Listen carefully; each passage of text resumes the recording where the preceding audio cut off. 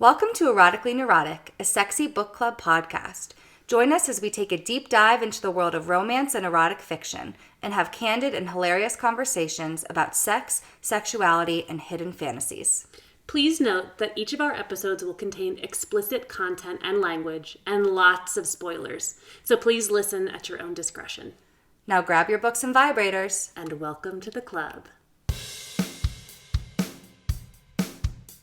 Erotic, neurotic, erotic, neurotic, erotic, neurotic, erotically neurotic.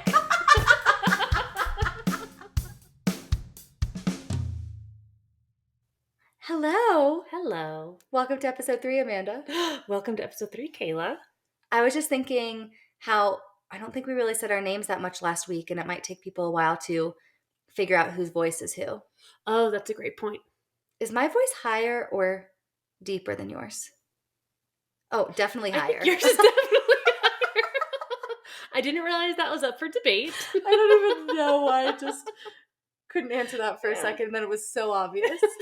Groundbreaking information. Wow, pathetic. You know, it's been a long day. Sure has, but we're here. We made it. It's a Thursday night. We're ready for the weekend. You're going out of town tomorrow. I am. Mm-hmm. Going back home to see family. Yeah, and you're going to be seeing family here, right? Oh, yeah, just the usual. Just the usual. But my husband's taking the next 10 days off work, which is very exciting. That is fantastic. We're just going to staycation, minus the cation, really. We have a whole list of to-dos to get done. Yeah. But I'm just very excited. Oh, good for you guys. Yeah. So what book are we doing today? Today, oh my gosh, we are so excited. I can't even tell you how many people we have told about this book. We are going to be talking about Restore Me by J.L. Seegars. And I think we are in agreement that it's one of the hottest books we've read in a while. Oh my God, this book was amazing. Amazing. Yeah. So from story to sex scenes, the whole shebang, this book was fantastic. I loved these characters so much. Me too. And I thought this was just so well written. And we had been a little nervous that we were becoming a little numb to all of the erotica we were reading. And this book proved that we weren't. I was restored. It is so hot. Yeah, I'm really excited to get into it. I truly just on Wednesday was telling everyone at the gym this is the book that they need to read next. Yes, and it's a long one, too. I know, it's good. Yeah, I was not expecting it to be as long as it was. Yeah. But even with the length. What a length. Even with the length, we got there. We got really the job done. Oh my gosh, it is such a great book. Yeah.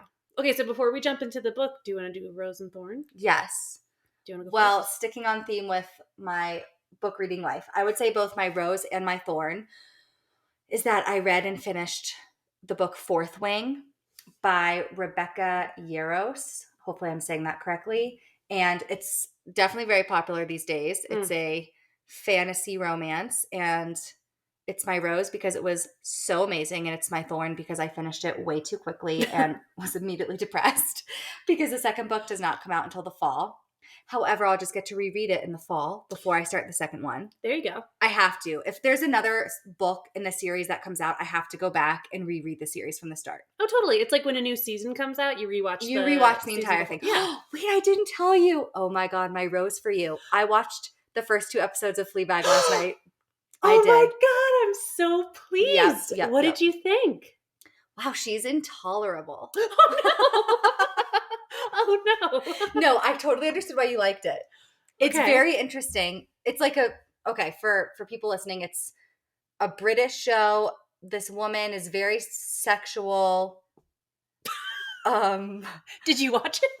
Yeah. Wait. Yeah. I'm you just don't joking. think she is? Everything's about totally sex. Is. Yeah. Yeah. And it's like interesting because she's going about her life as like a usual show would, but then she stops and like looks at the camera and talks to you as a viewer, which I haven't really had that perspective. Okay, yeah. I'm going to keep trying. I don't really love this main character. Oh, I love her so much. But it's called Fleabag. She's supposed to be kind of unlikable. But exactly. Just keep watching it, and I really think you're going to fall in love with her. So that's my second rose for you. That's a rose and a thorn for me, to be honest. I'm so glad you finally watched it, and I'm a little devastated you're not. No, I don't dislike it. I'm just like, yeah, we'll see about her. Yeah. I just love her so much. I watch everything she does. I've never seen this actress before. She is in another show called Crashing. That was before Fleabag.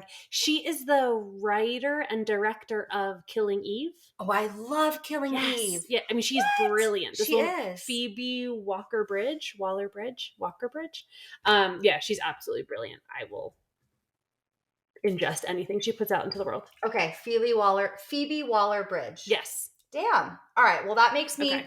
That in itself will make me keep watching because I love Killing Eve, so she obviously has to be very smart. And you have to get to the second season to get to the sexy priest. Oh, you did mention the sexy priest. Okay, I'll get there. I'll do it. Now, excellent. What's your rose and thorn? Okay, so my rose was that my meatless retreat was actually wonderful. It was like an amazing training. I loved every second of it. It was really lovely. My thorn, this is the story I've been wanting to tell you. Oh, yay. So on our first night, we would do like icebreaker shit. You know, you get a bunch of therapists together and you have to do that. And there are about 50 of us. So we're all in a circle and everyone, not everyone, but the idea of this game was you step into the center and you say a thing about yourself. And anyone else who can relate to it, they step into the center.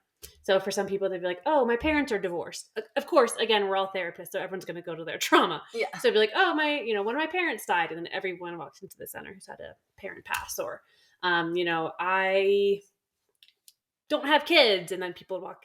So mine was like, I co-host a podcast.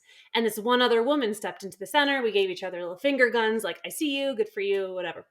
So the next day, in front of all these people, she comes up to me and she's like, you have a podcast, right? And I said, yeah, you too. And she goes, yeah. I'm like, okay, so what's yours about? And she's like, it's called Grounding. I think it's called Grounding. So a little like shout out to Grounding. And she's like, it's me with my friend who's like a medical doctor and another friend who is like a healer, I think she said.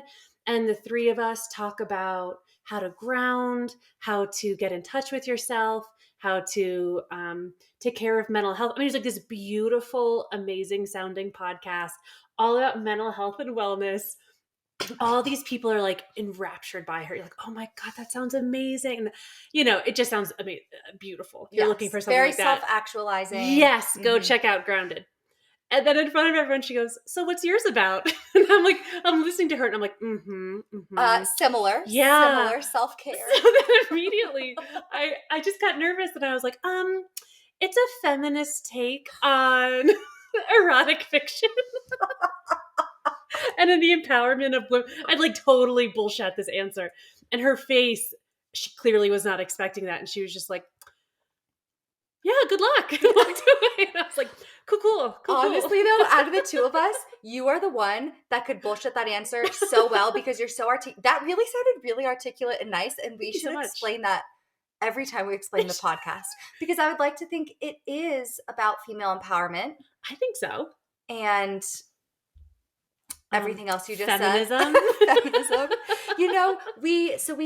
We were at dinner with a friend and they asked a good question, which was, okay, my husband wants to know how is what we do different from watching porn? Yes. And I feel like we really thought about it for a solid 35 seconds and we had a really great answer. Yeah. Do you remember the answer? By we, did you mean I had an answer? I think so. Well, I think so when we say what we do, meaning reading these books, right? So reading erotica and reading romance. For me, what comes to mind, well, what you guys were saying first is that these books promote connection with our partners. Yeah. That's one side effect of how we read these books. Yes. We read the books and then we want to try what we find in the books. Which, pornography, I have absolutely no issue with porn. Do your thing. It can be really great in relationships or if you're on your own. I don't know if it promotes connection as much as these books do. But what I find so wonderful about these books is I feel like reading them gives me kind of a corrective experience of sex. Because I feel like growing up and in my late adolescence and early 20s, I internalized all of these negative messages about the female body, about, we should be ashamed of our sexuality. We should be ashamed of our genitals. They're disgusting or they're bad or they're dirty. And kind of we praise the male form, but the female form should be covered up. Not to mention if you date a narcissist, you're inevitably going to internalize some sort of shame about your body or your sexuality, whatever. But these books are all about like celebrating the female body. Like in Restore Me, one thing that really stood out to me was like how often they talk about how wet she is. Mm-hmm. And like, I don't know, growing up, that was always embarrassing. But in this book, it's like a celebration of it. And it's a Yeah. celebration of women's bodies and sexuality and empowerment, even the empowerment in being dominated and dominating. So that's why I think these books are fantastic. It's a celebration of sex and sexuality and connection. Connection, that's the exact word I was about to use. I think that's a major difference. Again, agreed with you, not shaming porn, but in terms of this question, how is this different from watching pornography? I think it is entirely different.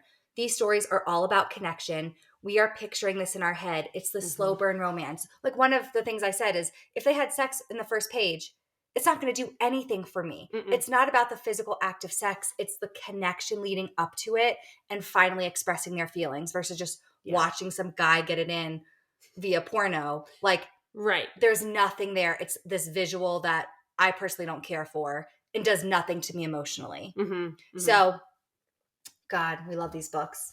So that's our answer. Yeah, a little shortened, but I think that was important to say. Yeah. Let's do it. Because this is a big book to dive into. It is. So you'll be doing the synopsis today. Yes. Okay. We're getting into Restore Me by J.L. Seegars. It was written in 2022, and it's the first in a trilogy called the New Haven series, but you can read it as a standalone. And it's actually ranked number 38 on Kindle under Black and African American romance. So I think it's pretty damn popular.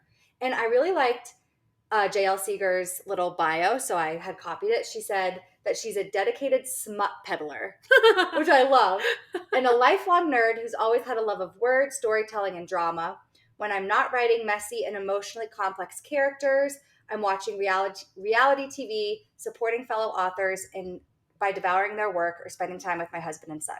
So basically, I feel like we'd be friends. Oh, totally. And I'm assuming she also watches Vanderpump Rules like us. So by reality TV, that's what I'm envisioning. Yeah. All right. We got a big synopsis coming your way. Here we go. So this book is, again, a dual point of view book, which you know I love. And it's also a now and then plot. So you get snippets of the past as well as the present, giving the reader more context. So we start by meeting the main female character, whose name is Sloane. She is an interior designer and she's a widow. Her husband, Eric, died 4 years ago in a tragic car accident, and she's still very close to his mom and sister. She works with his sister, Mal, in her business, and she's made the decision that she'll never be romantically involved again since Eric's death. We then meet the other lead of the book, Dominic, and he was Eric's best friend. Sloane and Dominic truly hate each other, or at least Sloane really hates Dominic, and the reader learns that Dominic basically pretends to hate Sloane, and he's certainly given her a lot of reason to feel like he's the worst person ever because he does treat her like shit and ignore her and really isn't great. Mm-hmm. However, the reader does quickly learn it's a facade, not that Sloane knows that. So Dominic is brought in as the contractor on Sloane's big hotel project, and she is truly furious. Now, just like Sloane is still very much a part of Eric's family, so is Dominic. Dominic grew up with Eric and Mallory and was considered like a brother to them. So they're both extremely close with the family, even though they can't stand each other. So when Dominic gets on this project, Mal makes them promise to put their shit aside and be cordial for work. Cut to Mal and Sloane going to a nightclub, dancing the night away. And of course, Dominic just so happens to be there, looking hot. Well, he's really close with Mal. Yes. So I think she invited him secretly. Yeah. She's like, oh no, sorry, Sloane. Maybe. He just happens to be here. Yeah. So cut to Sloane looking hot on the dance floor. And some gross asshole attempts to pull her away against her will, like very aggressive, pinning her wrist down. He even rips part of her dress. And suddenly Dominic is there to rescue Sloane and beat the shit out of this guy. And this is the first time that he's like ever seemingly done something nice and protective for Sloane. And she's truly shocked, super surprised, and very grateful. And this is where things begin to shift. They're trying to work together and get along for Mal's sake. And so they start having more interactions, going to lunch together, chatting more. And Sloane's surprised to find that Dominic is treating her much more nicely than he used to. He's doing little things like touching her lower back when they walk to lunch, or even giving her a smile, which she repeatedly states he's literally never done before. Yeah. And she likes it and is very confused by it. Yeah, this whole shift happened because it was like when he protected her in the club, he touched her for the first time. I guess prior to that, since college, when she was dating Eric, Yep. they had never touched. Exactly. To their knowledge. To and her knowledge. This sparked even some sex dreams that she was having about him, which of course caused even more confusion to her. Yeah, which is why I think she's kind of open to it. Like, yes. It seems out of the blue that suddenly he's really nice to her, but like, there's a chemistry shift between them that makes sense from both of their perspectives. Definitely. They don't really get what's happening, but they're kind of both along for the ride because they're both basically so turned on by each other at this exactly. point. So then we're hearing from Dom's point of view, and this is where the reader finds out that he's actually been in love with her since they met 12 years ago. And this is a big revelation for the reader. Sloane still does not know this. He's been hiding the fact that he's loved her since she was with his best friend Eric this entire time. Since before. He's loved her since the first day of college when she was shit-faced and doesn't remember meeting him. True. All of that has not come to light yet, but we do know this. Yeah. As a reader, we learn that they've met at their first ever frat party, and he was immediately in love with her that night. She was also drawn to him, and as part of a rebellion against her mom, she was trying to have sex with him. But Dom didn't have sex with her since she was so drunk. Instead, he tucked her into bed, left her a note with his information, and told her to call him the next day. But she never did. From Sloane's perspective, the reader realizes she has no memory of this night, no memory of meeting Dom, and the next day she meets Eric. So as you can see, it was like a total clusterfuck. Dom, immediately in love, waiting to hear from her the next day. Right. Sloane, no memory of this, doesn't see this note that he supposedly left her, and just happens to meet his roommate Eric the next day and start dating. Now we go back to the present moment. Somehow, Dominic and Sloane end up hooking up in the hotel room they're renovating. Don't even get me started. Oh my God. We'll get there. Not sex, but kissing, touching, rubbing. She does orgasm. It's amazing. We love a thigh orgasm. Oh my God. Love. So this is the first time things are physical between them, and they both love it. But when it's over, Sloane is overcome with shame, embarrassment, guilt, and she leaves. She doesn't see Dom again until the end of the week when she's on a date, and she brings this date to meet up with Mal at the nightclub. And of course, lo and behold, Dom is there with his ex-girlfriend, Kristen.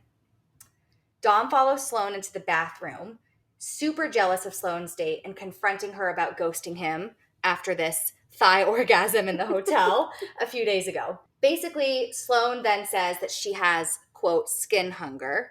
We're going to get into this. And explains that her therapist said when a spouse dies, because there's such a touch starvation from going so long without hugs, cuddles, and sex, that's what caused this moment to happen between them.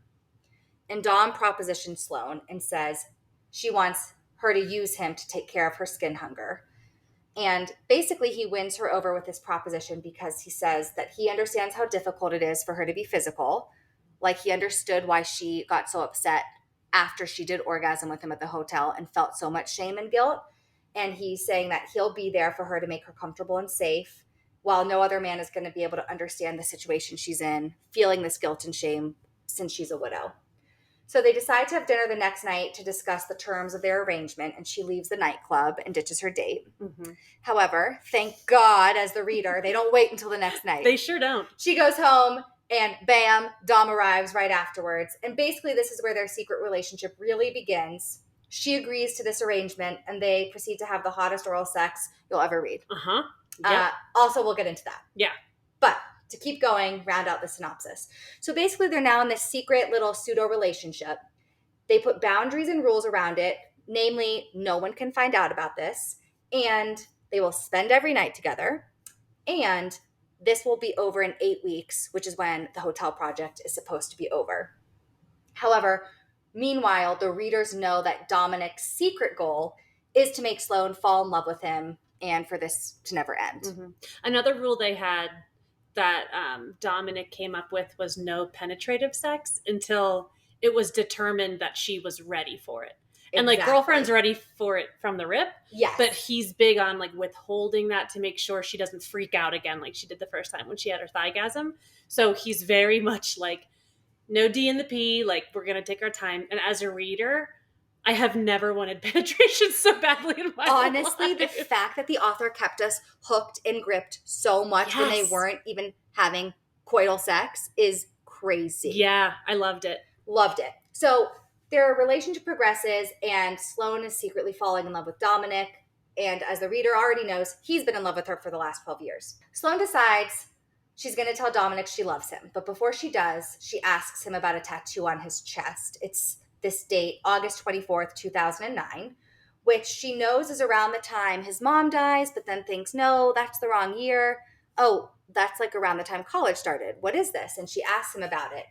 And basically he clams up, and Sloane gets really upset and jealous, basically thinking he's in love with someone else. This is when this woman shattered his heart. And she's not wrong. She just has no idea that it's actually her. So she has this meltdown. Dominic leaves. Basically, they don't talk. Then they're in and out fighting for days until he admits that the date signifies the day he met her and that she's the mystery woman who's held his heart for all this time. Sloane absolutely freaks out, not being able to handle this. Can't believe that their first encounter was that day and why he never said anything to her when she met him with Eric. She soon finds out she never got Dom's note the next morning because her terrible mother threw the note away before she could see it when she came barging into her dorm room. She calls Dom to fill him in, tell him that she loves him and wants to be with him, but Dom tells her it's over. Yeah, he was drinking. Yep. And he does not drink. He does not drink. And he was drunk. Yep. You can see it's a large book to make into a synopsis, but No, it's amazing. Great. I just want to say the two of the least attractive things about Dom, and I loved him.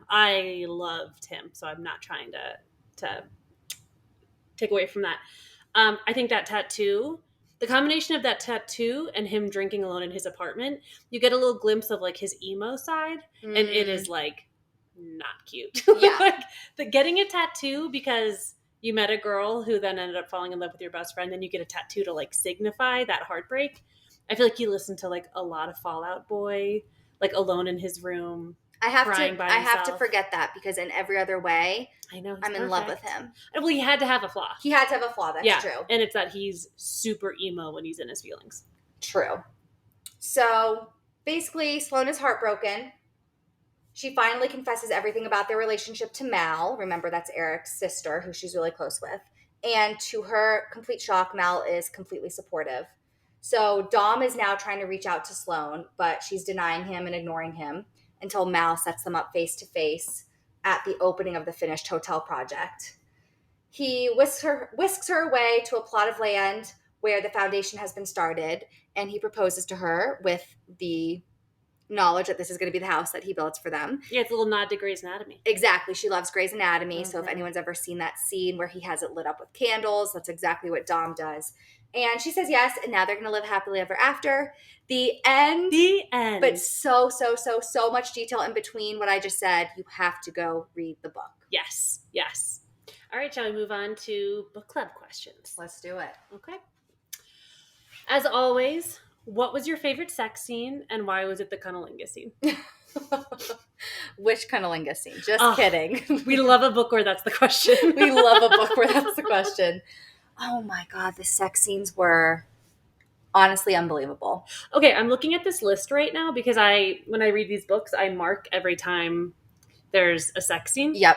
Which is why I always have to read these books on a separate Kindle from the one I share with my husband's mom, because otherwise I look insane.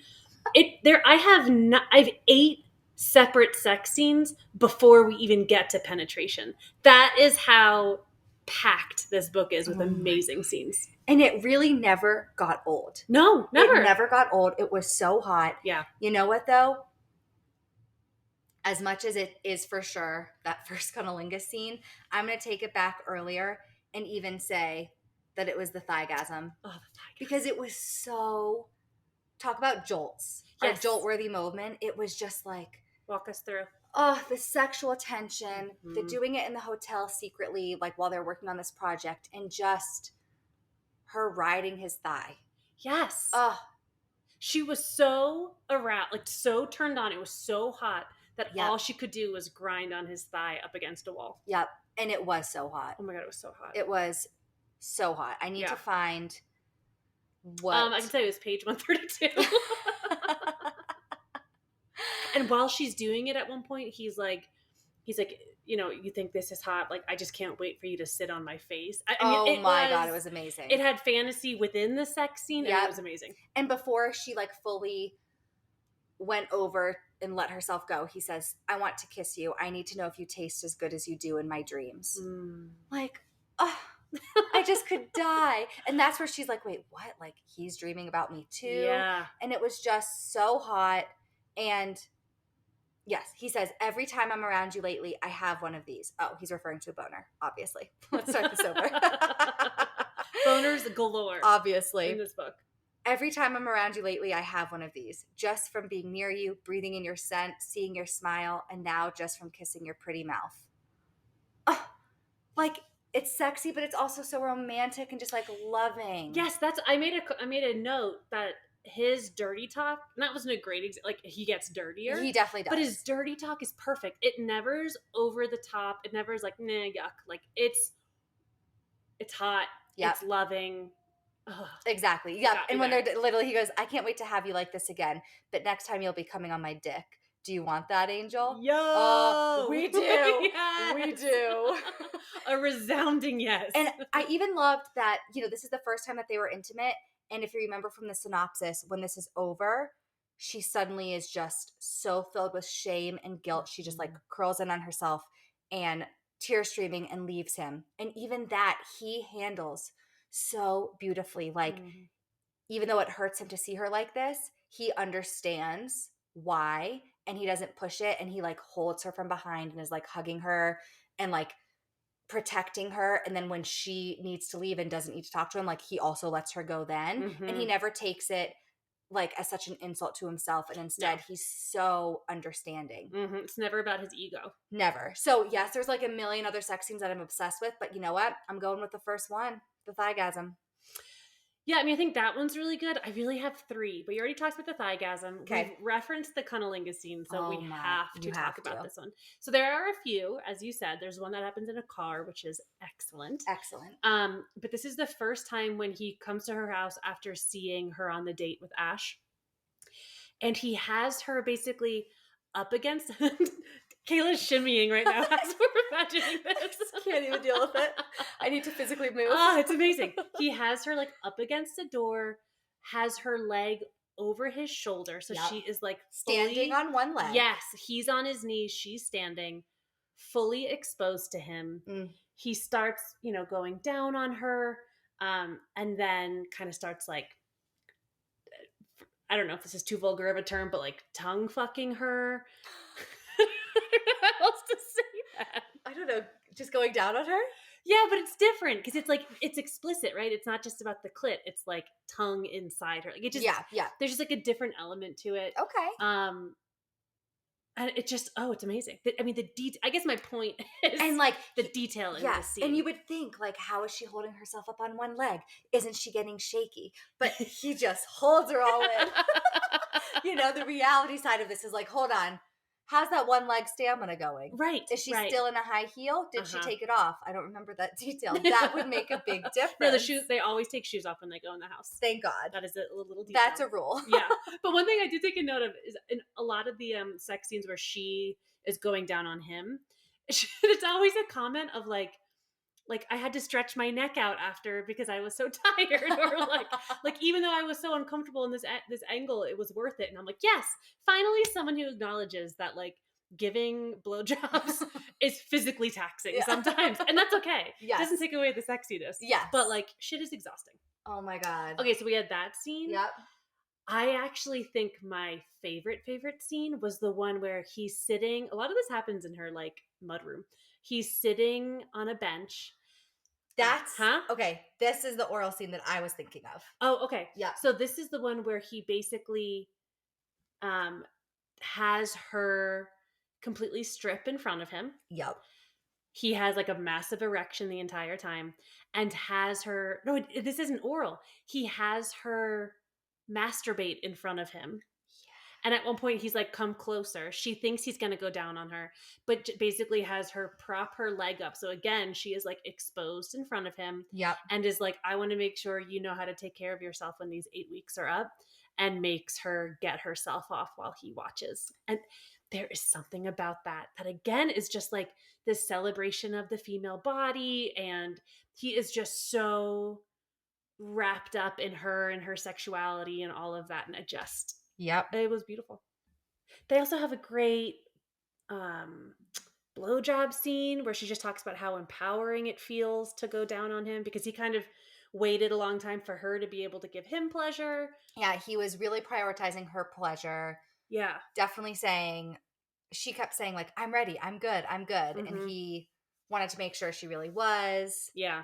Kind of, sometimes I was like, okay, this is a little bit of an excuse, Dom. Like, I think there might be some ulterior motives there. I don't know. Yeah. Yeah. But amazing. We love them. There's references to using a vibrator, which I love, because I love when men specifically are confident enough and secure enough to use vibrators during sex, because some men get really they don't like that, or they feel insecure with that. They feel like, oh, I should be able to do this myself. Yep. So we love a man who loves a vibrator. Yep. Bring those toys. Yeah. Sex scenes were amazing. 10 out of 10. Honestly. 10 out of freaking 10. And the amount of sex, for it all to still be 10 out of 10 is unbelievable. Yes. And again, the number of times it wasn't even P and V. Yes. I can't believe it. I know. Amazing. Oh, so good. Next question. So there are a lot of references to male anger and aggression, both acted upon, which is Dom's father. He was really physically abusive, and imagined. Dom often has these like violent fantasies of beating up Ash when he sees him with Sloane on a date, beating up the guy who grabbed Sloane. He fantasizes about this a lot. What do you think of Dom's violent thoughts around men in Sloane's life? At what point does it turn from kind of sexy possessiveness to a sign of toxic masculinity and insecurity? Okay. For me, it was all sexy. No red flags. Give it to me all day. I'm all about it. I didn't find anything to be toxic. I loved the possessiveness. Mm-hmm. I found it so hot. I know that might not be healthy in the real world, but God, in this fantasy land, I am so into it. Not into, obviously, his father, who was actually physically abusive. We're not discussing that. No, of course not. But of course not. I love Dom's protectiveness. Yes, does it border on possessiveness? It does. However, he's been in love with this woman for 12 years. Mm-hmm. He sat back not saying a word while his best friend married the woman he was in love with, and he wanted them to be happy. So now that it's his turn, you be fucking possessive. Don't let anyone buy her. I stand by that. Amanda is looking at me like... No, I think it's great. I was actually thinking, like, do I have a strong opinion on this myself? Because again, in the fantasy of the story, yeah, I mean, you want someone who was like all in, who would do anything for you. And we have to remember, I read this book and I wrote these questions while I was at a complex PTSD training. So in my mind, I'm like, oh, this is like, internalization of the perpetrator. Like he's just following what his father demonstrated to him. And so has he really healed from that? Or is this just how it's getting released? Oh my God, this is what goes through your brain as you read this? Yes. That's awful. I'm looking at notes that I took mid-training. Literally, how do you find any enjoyment out of this book? Well, that's how my brain works. Like, I love the story and I'm in it. But then when I leave it, I immediately fill in all of those gaps with overthinking it and analyzing it. But this is why we named the podcast Erotically Neurotic. I know. Because I'm just erotic and you are both erotic and neurotic. Yeah. And it really fits. I wish I could say I was cerebral enough to give this more thought than what I read on the page, but I don't. I mean, it's not fun. So I'll tell you. So you found it to be a little toxic. I mean, at times, yeah. Like I guess I am just not into violence as an expression of love. Like unnecessary violence. So the guy who grabbed her in the club, kick him in the dick. Like that guy should go down. That guy was obviously horrific. But Ash, Ash didn't do anything. Ash But was he didn't hurt lovely. Ash. He didn't do No, anything. but he had like violent fantasies about him. Like he True. wanted to like punch him in the jaw. He wanted to get aggressive, and I don't like that. I Okay. think to me that is a symptom of toxic masculinity or like unresolved trauma from his father. I can't argue with you, especially since this is your expertise. But in Dom's defense, Mhm. again, this is before he even had his kind of moment. She's now on a date with Ash. He's like super upset about it. And the thought of someone else touching her riles him up. Not enough to physically act on it, just to Mhm. fantasize about acting on it. So I say that's allowed. Yeah, but Kristen was also all over him at the club too. She was like Yes. hanging on him, rubbing his chest, Yep. and this whole like, oh, we're just friends thing. Bullshit. Which True. obviously panned out. It was bullshit. True. But I don't know. I didn't love that. The idea of like you have these rules, but what I've got going on with Kristen, it's fine. There's an understanding there.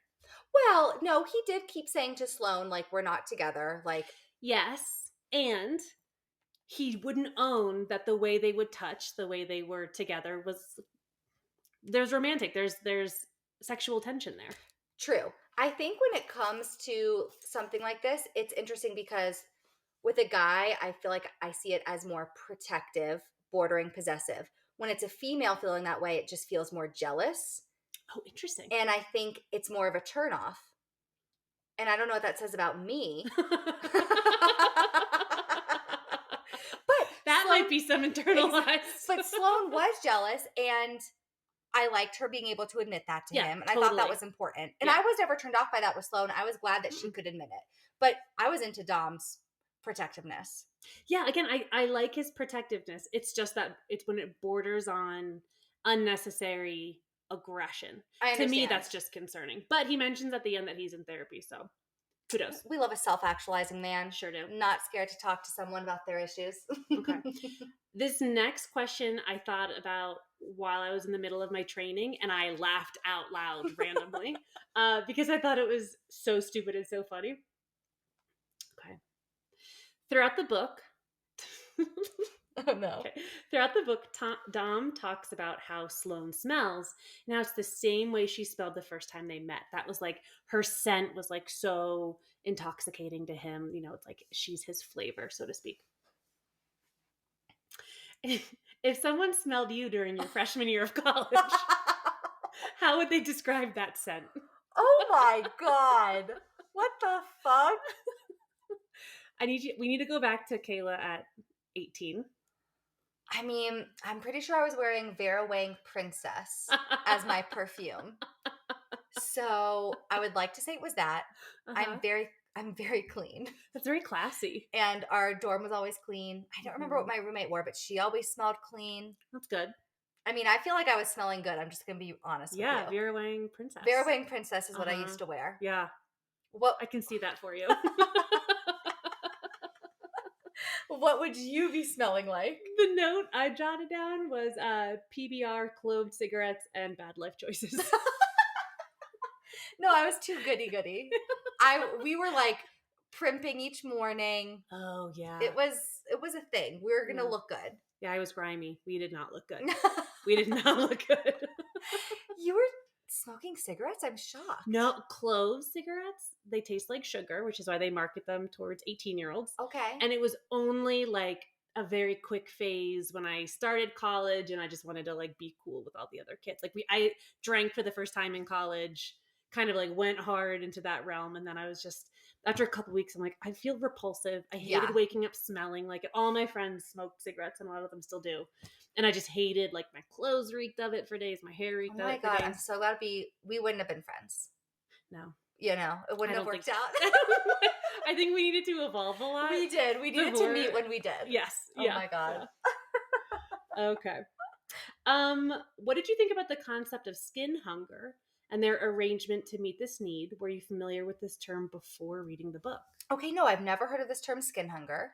It made sense when it was described in the book, again, by her therapist, as basically you are used to having regular touch via cuddles, kissing, hand-holding sex, and then boom, that goes away. Your husband dies and like you're left barely touching anyone. So it made sense to me, although I'd never heard about it. Mm-hmm. And I thought her reaction to finally being touched by Dom, just like on the low back and that sparking so much, again, I thought it made sense. I feel like I'd feel the same way. Even though she wanted to shut herself off romantically, those urges driving her towards wanting to be touched like that, how could you blame her? Right. Yeah. Right. What about you? Have you heard of that in therapy? I have, yeah. And I think we can all probably relate to it in a very in one sense, like when you first meet someone who you have that chemistry with and you are so tuned into like anytime your shoulders touch or, the first time, you hold hands or the first time you kiss, like there is that like craving Mm-hmm. so I think in a lot of ways, a lot of us can relate to that. But with skin hunger, yeah, in a more extreme way, we definitely see it with folks who have lost a partner, with folks who have been single for a really long time and maybe like self-isolating.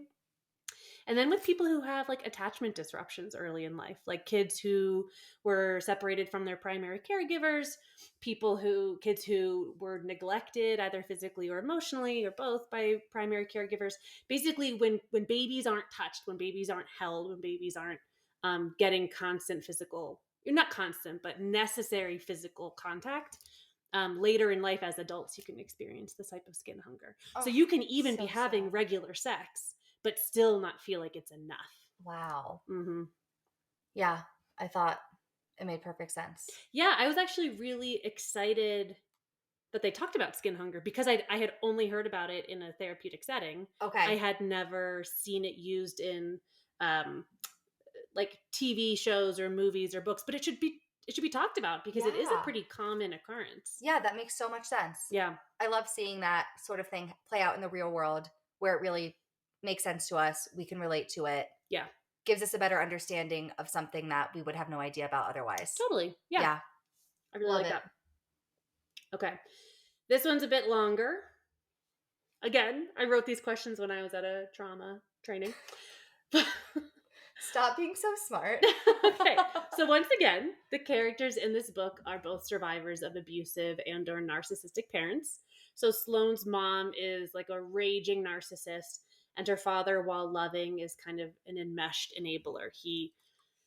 We see this dynamic a lot with like one really horrifically narcissistic parent, and then the other parent that just kind of caters to that parent, doesn't really defend the child, kind of picks the parent over the child, and rolls their eyes at the mom, but never actually Steps defends. in. Yeah.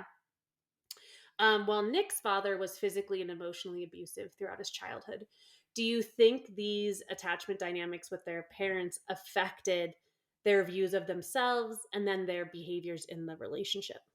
Okay, I was actually really impressed with how Sloane handled everything with her mom. Her mom Yeah. was a fucking narcissistic terrorist. Mm-hmm. She was awful to the point where she made comments about her deceased husband, Eric, really disparaging comments. Apparently she had never even wanted them to be together in the first place because he didn't have enough money. Mm-hmm. And Sloane always defended herself, always Mm-hmm. stuck up for her and Eric. She never catered to her mom, and I was really impressed with it. And I also really wanted her to just completely cut her mom out of her life also, because I'm like, she's such a terrible person. Yeah. And I was so mad at her dad. I I was know. so mad at her dad. Yeah. Her dad, who she loves and is loving to her, and yet doesn't do a fucking thing for Sloane. Never stands up for her, never stands up to her horrible mother.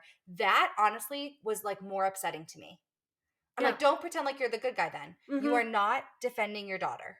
I know this dynamic bothers me. I don't think they did it too much in this book, but I feel like in a lot of books, the enmeshed parent always gets like special treatment. Like, oh, but dad's so nice, but dad's so gentle, and it's like, no, he's kind of he's not protecting you from this No. type of abuse. Yeah. He's a complete enabler. Yes. He might not be the perpetrator, but he is perpetrating by not sticking up for you. Yeah, and what kids internalize from that is like, I'm not worth protecting. It must be me. Something must be wrong with me, or I am worthless. Yeah. Which is why my dad's not protecting me, which is why mom's being protected instead of me.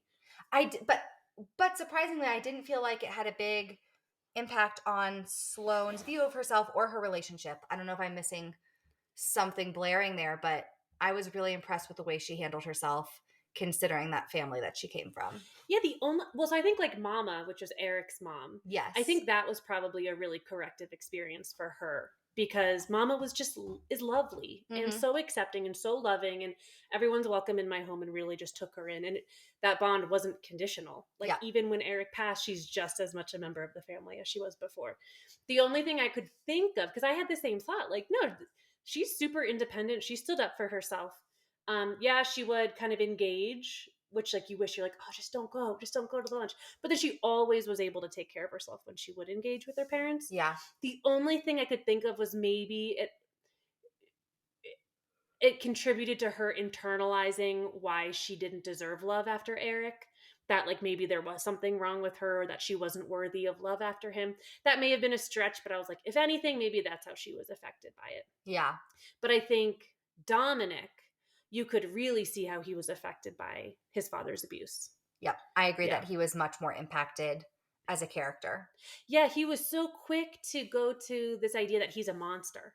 He kept calling himself a monster, kept saying that he was disgusting, that he was horrible, Yep. really painted himself as the villain in her story. I mean, one of the reasons he calls her an angel, that's always been his nickname for her, is because the first time he saw her, she's in this white dress. And to him, it was like she was this embodiment of an angel and he is the devil. Mm-hmm. Yeah, Right. It's true. Yeah. He always saw himself as this negative source. Yeah, and I think, there's this concept of like the perpetrator introject, and that's when you internalize how an abusive caretaker treats you. Because as a kid, you don't understand why dad's horrible. You just see that someone who's supposed to love you and take care of you is awful to you. So it must be because you're terrible. I have to be awful. It can't be that my father is a sociopath, because I can't understand that as a child. It has to be me. Something's wrong with me. Yep. So I could see how easy it was for him to just assume I'm terrible, I'm the worst. Yep. And I feel like Sloane was such a corrective experience for him. Yeah. Her loving him, Mhm. him feeling worthy of her love. Oh, God, I love them together. I know, me too. I really, really do. Yeah. I really like that it was like a will they, won't they? But it wasn't one of those stories where they're like having sex all the time. They're having all these like intimate moments. It's really beautiful. And the entire time they're both like, oh, but does he like me? Oh, but does she like me? Like it wasn't that kind of dynamic. No. It was like It was not juvenile. It was No. Yeah. It was like we both feel this. We're both present in this, but because of their stuff, there's these perceived external forces that are keeping them apart. Yes. They exactly. believe they can't be together because of these things. Exactly. But they are never lying to each other about their feelings or the expression of their feelings. Yeah. God, he's so good at expressing his feelings. Oh, I know. Oh, I love him. Yeah. Okay. So at the end of the book, Sloane tells Dom that she needed to be with Eric first in order for her and Dom's relationship to be a success. Why do you think that is? What do you think it was about her relationship with Eric that met her needs at that time in life and primed her for a healthy relationship with Dom? Okay. I don't know if I can fully answer this question, but what I will say that I think relates to this question is that I was just so blown away by how the author wrote about this sensitive topic. I think that this is a topic that really could have gone so wrong when you're discussing a woman who's a widow and truly loved her husband, but is now in love with his best friend. It could have been so easy for it to be this trope where like secretly they had a little thing going on, or she always wasn't really sure about her husband, or she never loved him as much as she thought once she fell in love with Dom. But no, that was never it. She was fully in love, fully committed to Eric. Now he is gone. It's been 4 years, and she is fully in love and fully committed to Dom, and it's completely separate. And it never takes away from what her and Eric had, in my eyes. I felt like they had such a beautiful love, and her loving Dom doesn't take that away at all. And another thing you love about Dom is how much he respects her love for Eric. In fact, like when he proposes to her, she starts to take off. Oh, I know. We haven't talked about this. So this whole time she still is wearing her rings from Eric. And when Dom proposes at the end, she starts to take them off. And he says, no, what are you doing? Leave those on. He had made his engagement ring so that it looked and fit with Eric's rings. And Ugh. if that just doesn't absolutely kill you, I know. I mean, I could cry thinking about it. I know. That, oh my God. So I know I'm not answering the question. However, I just was so blown away by how Seegars wrote about this Mhm. topic without diminishing her love for either of those two. Mhm. I thought it was incredible.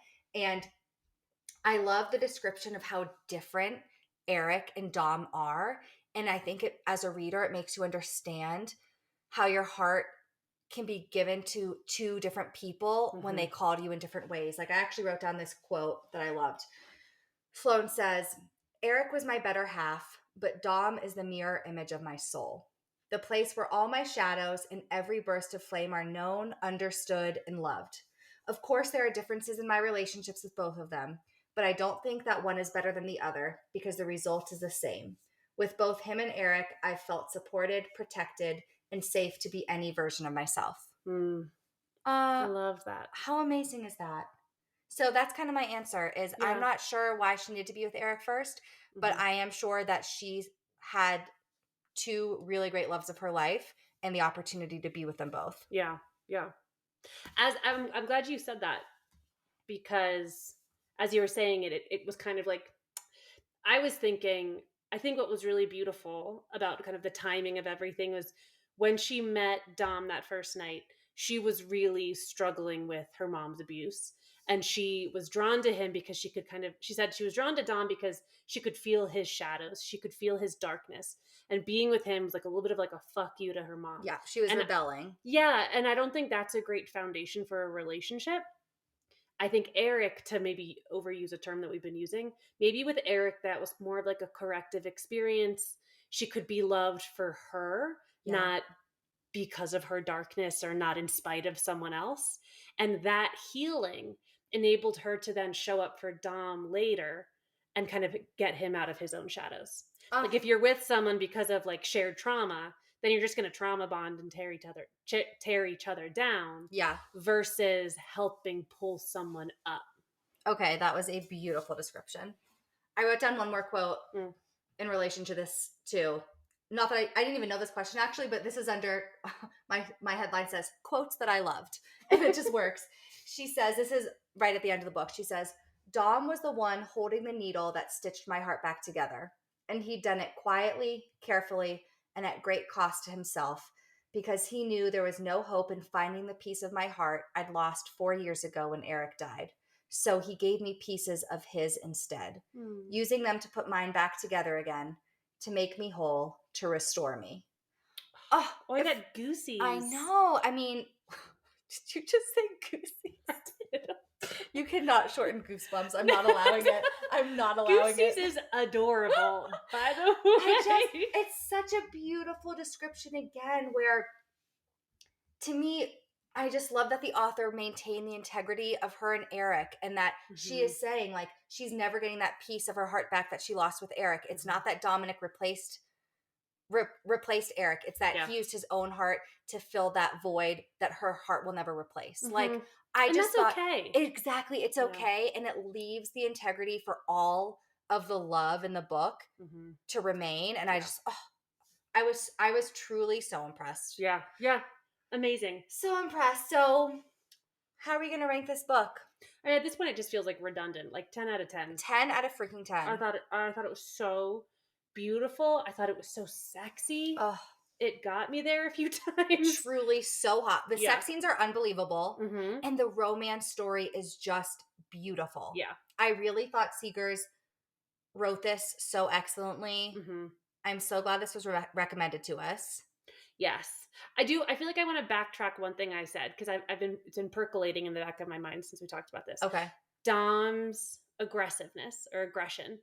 One thing that I want to give him points for is that he never acted out on it. I Yeah. do think that's worth really noting that Yeah. he has like this self-possession to recognize urges that maybe are similar to his father's and not act on them, which I Exactly. think just shows he has a lot of integrity. I agree. I think that's why I stand by that it felt sexy to me. I'm not sure I would have felt the same way if he had acted upon it, but I'm not going to pretend Like it wouldn't have. I'm sure I still would have found it sexy. Let's be real. But honestly, 10 out of freaking 10. Yeah. God. Beautiful. It was really, really beautiful. Everyone should read this book. Yeah. So, next week. Yes. Next episode, we're going to be doing Happy Place by Emily Henry. Yes. She also wrote Book Lovers, which I loved. Yes. But this is a step away from erotica, more towards romance. Although like surprisingly sexy. Surprisingly sexy. Yeah, a lot of good slow burn, sexy buildup. So I'm really excited to talk because we haven't talked about it. No. I made you read it and we haven't talked about it yet. So I'm really excited to get to the next episode. Awesome. I can't wait. Me too. So we don't know what we're saying as our outro yet, but yeah, what's coming to mind? Stay sexy. We can't do stay sexy. I knew there was a reason we couldn't do that, but I couldn't recall why. I know. We'll come up with one. Okay. But for now, I love you. I love you. Thank you for saying it back. You're so welcome. Thank you for being a part of our Erotically Neurotic community. Don't forget to email your book recommendations, book club questions, and or any erotic stories, embarrassing moments, or sexual triumphs you want to share. Email us at eroticallyneuroticpodcast@gmail.com and follow us on Instagram at Erotically Neurotic Podcast. Hi there, Amanda here. I think it's worth noting that any and all thoughts shared in these episodes are a reflection of my own personal and constantly evolving opinions, and not that of my profession or licensing board. While I am a therapist, I am not your therapist. Therefore, nothing I say in this podcast should be taken as therapy advice or guidance. Thank you so much for being a part of our sexy book club, and tune in next week for our next episode.